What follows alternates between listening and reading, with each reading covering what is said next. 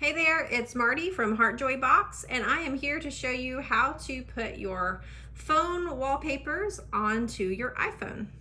Step 1, head over to martytribble.com/heartjoydigital and enter the password you were given in your Heartjoy box. Tap the forward arrow, scroll down to find the phone wallpaper that you'd like to download. Tap the image, and it'll open in a new screen. Then all you need to do is tap and hold, and then tap Save Image. You could also tap the up arrow and tap Save Image. To add the phone wallpaper to your lock or home screen, head over to your settings.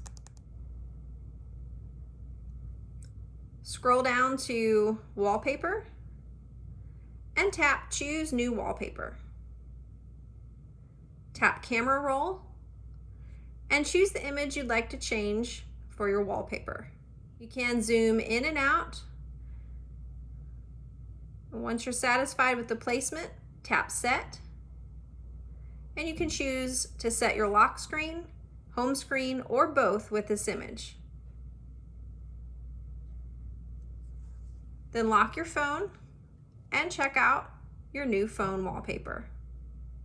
Thanks for watching and enjoy your new phone wallpaper.